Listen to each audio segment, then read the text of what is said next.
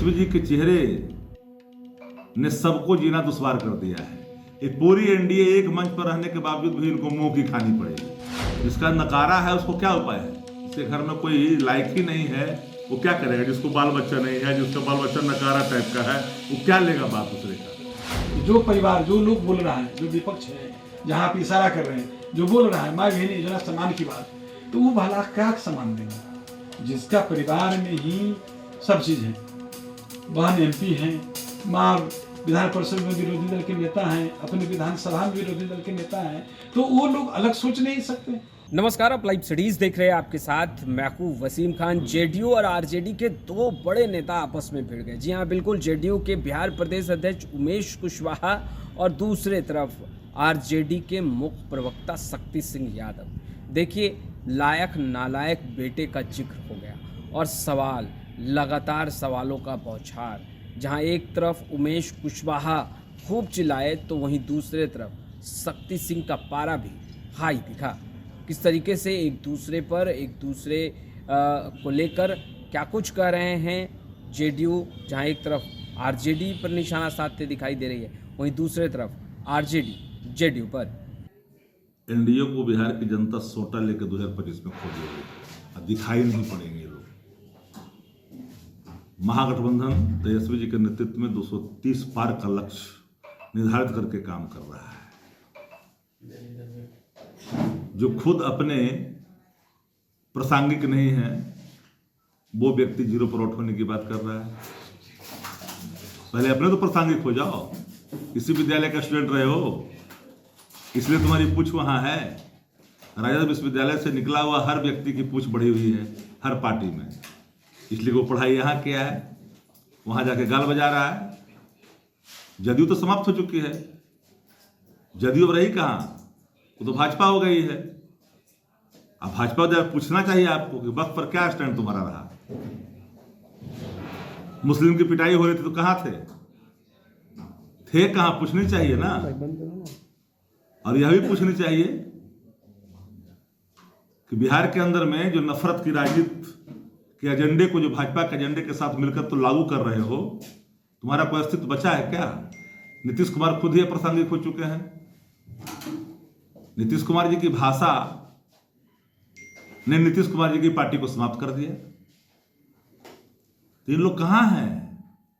तेजस्वी जी के चेहरे ने सबको जीना दुश्वार कर दिया है। ये पूरी एनडीए एक मंच पर रहने के बावजूद भी इनको मुंह की खानी पड़ेगी, जगह नहीं मिलेगी। अरे हटाओ ना, पहले सब तो वही लोग आकर के तो बसा हुआ है। अब जिसका नकारा है उसको क्या उपाय है? जिसके घर में कोई लायक ही नहीं है वो क्या करेगा? जिसको बाल बच्चा नहीं है, जिसका बाल बच्चा नकारा टाइप का है, वो क्या लेगा बात दूसरे का? देख लीजिए, अब कुछ सोचिए कि दिलीप जायसवाल जी बोले होंगे। अभी वो हम कल के मीटिंग में भी बोले हैं माननीय भाजपा प्रदेश अध्यक्ष जी, तो उन्होंने जो माई बहन योजना जो कह रहे हैं, जो विरोधी जो बोल रहे हैं माई बहन योजना के बारे में, उस पर उन्होंने चुटकी लिया है। और लेना ही तो बड़ी आश्चर्य की बात है कि जो हमारे नेता माननीय मुख्यमंत्री नीतीश कुमार जी दिन रात महिला के सशक्तिकरण के लिए काम कर रहे हैं। जो परिवार, जो लोग बोल रहा है, जो विपक्ष है, जहाँ पे इशारा कर रहे हैं, जो बोल रहा है माँ बहन योजना सम्मान की बात, तो वो भला क्या सम्मान देंगे? जिसका परिवार में ही सब चीज है, बहन एमपी हैं, माँ विधान परिषद में विरोधी दल के नेता हैं, अपने विधानसभा में विरोधी दल के नेता हैं, तो वो लोग अलग सोच नहीं सकते, अलग कुछ दे नहीं सकते हैं, समझे? तो उनमें जो भी लोग हैं उस पार्टी में, तो पार्टी अलग सोच भी नहीं करेगा। क्या हम लोग मैंने उस पर विशेष कहेंगे? हम सिर्फ इतना ही कहना चाहते हैं कि जो परिवार अलग सोच नहीं सकता है वो राज्य का क्या सेवा करेंगे? उम्मीद राज्य की जनता सब चीज जानती है, समाज की जनता जानती है, समझती है। अस्थायी रूप से समझ लीजिए कि 2025 में विधानसभा के चुनाव में उसको घर बिठा देंगे। ठीक सर, प्रधानमंत्री आ रहे हैं 24 तारीख को, विपक्ष भी कह रहा है कि चुनाव आ गया है तो इसलिए दौरा शुरू हो गया। देख लीजिए, तो हम लोग के लिए तो गर्व की बात है ना, माननीय प्रधानमंत्री जी आ रहे हैं और किस तरह अभी बिहार में उन्होंने उनके द्वारा सहायता दी जा रही है, केंद्र सरकार के द्वारा सहायता दी जा रही है। हमारे नेता माननीय मुख्यमंत्री नीतीश कुमार जी प्रगति यात्रा कर रहे हैं, उसमें जा रहे हैं और सभी जगह हर जिला में जाके जो सौगात के दे रहे हैं, कहीं 200 से 400 करोड़ दे रहे हैं, उसके बाद जो घोषणा करके आ रहे हैं तो कैबिनेट में आकर उसको पारित करके उसका आवंटन कर दे रहे हैं, मैंने उसका बना दे रहे हैं परियोजना कार्यक्रम। तो सब चीज इतनी बड़ी राशि का वो व्यवस्था कराकर हमारे नेता कर रहे हैं बिहार की तरक्की के लिए, बिहार की विकास के लिए, और केंद्र सरकार भी सहयोग कर रही है। तो नेता आ रहे हैं, लोगों को उम्मीद है, लोगों को विश्वास है, सब लोग उनको सुनने जाएंगे, सब लोग उनको देखने जाएंगे। हम लोग को भी बिहार की क्रियाकलाप होगी, इसके लिए बड़ी गर्व की बात है, खुशी की बात है। ठीक है, थैंक यू। तो आपने सुना जेडीयू के बिहार प्रदेश अध्यक्ष उमेश कुशवाहा को साफ तौर पर कहते नजर आ रहे हैं कि इस बार 0 पर आउट होगी महागठबंधन। माई बहन योजना को लेकर भी उमेश कुशवाहा क्या कुछ कर रहे थे आपने सुना।